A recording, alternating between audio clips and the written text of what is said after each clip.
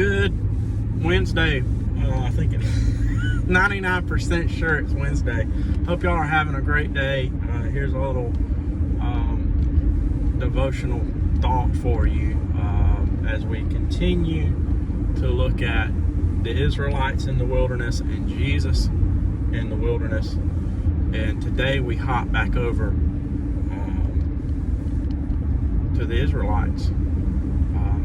And they're, continuing with the story of the Israelites in Exodus chapter 1. Of course, they were put into bondage and having to make bricks and all that kind of stuff. And the Hebrews midwives were told to kill all the little boys that came about, and they didn't. And Pharaoh got upset, and they kind of blamed the women and said, well, before we get there, these Hebrew women have already given birth.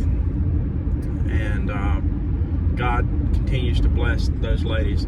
Well, as the and the Israelites, and as the story continues, that's when Moses is born. Moses is born into that situation, and born into a Levite family there, and his mother hides him as long as she can, and gets to the point where she can no longer hide him. And of course, if you've gone to any kind of vacation Bible school or anything, you know the story.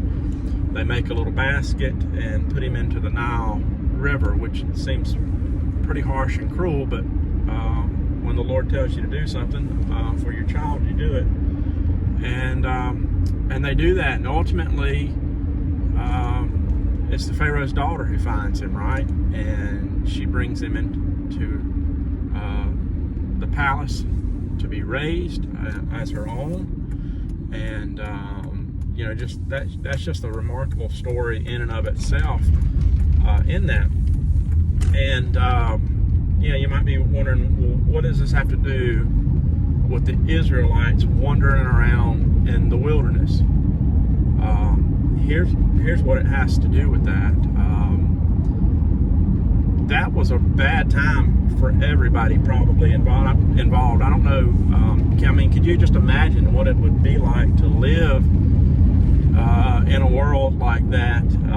Our last 12 months have been horrible in many ways. We talk about how difficult it is, but could you imagine living in a situation where they are literally, Dennis, if you see this, I just drove by your house, and but could you imagine living in a situation where they're just like busting in homes, killing babies and stuff like that?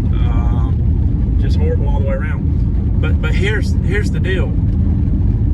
Moses wasn't called to go and confront the Pharaoh until he was 80 years old. Now think about that for a second. All the way back when Moses was born, they were being persecuted, they were in bondage, they were living in difficult situation, and all of those people were praying for God to come and to deliver them, right? And in that moment, as they're probably wondering where God's at in the situation, Yahweh, do we even continue to call out to you? What are you doing for us?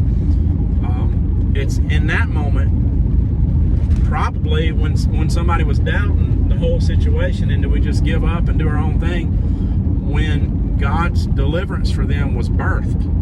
And it wasn't until 80 years later, right, that God calls him.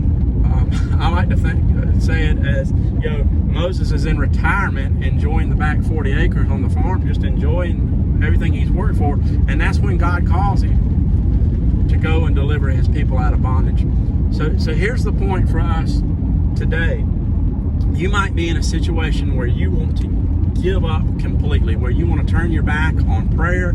Lord, I've prayed this prayer 1,000 times over and over, and I don't hear you, I don't see you, I don't know where you're at in that situation. And hold on to the prayer, and hold on to the promise, and keep praying the prayer 1,001 times and 1,002 times, and on and on and on, because you don't know that it might be just now, as you're in your darkest moment, that God is giving birth to your deliverance from whatever that situation is. So whatever you're going through today, keep pressing forward in prayer. Keep leaning in to God through obedience, because God is coming to deliver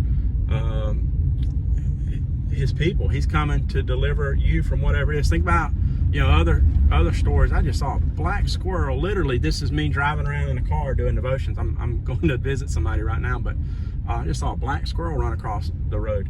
But think about it. It was like 700 years after Isaiah prophesied about the birth of the Messiah that Jesus came on the scene. So just keep trusting and keep praying, whatever it is that you're going through. I hope you have a great day. Take care, and God bless you. We will see you tomorrow. Bye-bye.